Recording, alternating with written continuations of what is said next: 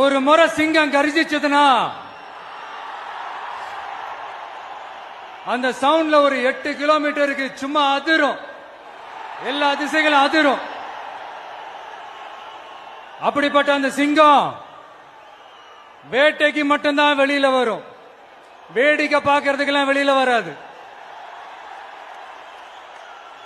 வேட்டையில கூட உயிரோடு இருக்கிற மிருகங்களை தான் வேட்டையாடும். அதுலயும் பெரும்பாலும் தன்னை விட பெரிய சைஸ் உள்ள மிருகங்களை தான் குறி வச்சு தாக்கும், ஜெயிக்கும்.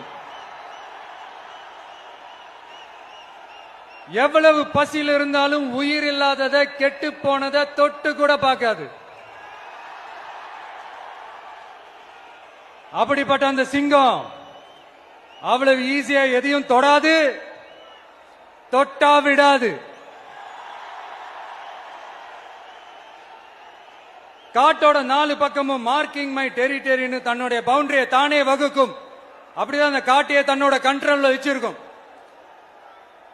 சிங்கத்துக்கு கூட்டத்தோட இருக்கிறதுக்கும் தெரியும், தனியா இருக்கிறதுக்கும் தெரியும். அப்படியே தனியா வரணும்னு நினைச்சாலும் அஞ்சாம அலட்டிக்காம சும்மா கெத்தா தனியா வந்து அத்தனை பேருக்கும் தண்ணி காட்டும். எப்பவும் எதுலயும் தன்னோட தனித்தன்மை இழக்கவே இழக்காது. Yes, a lion is always a lion.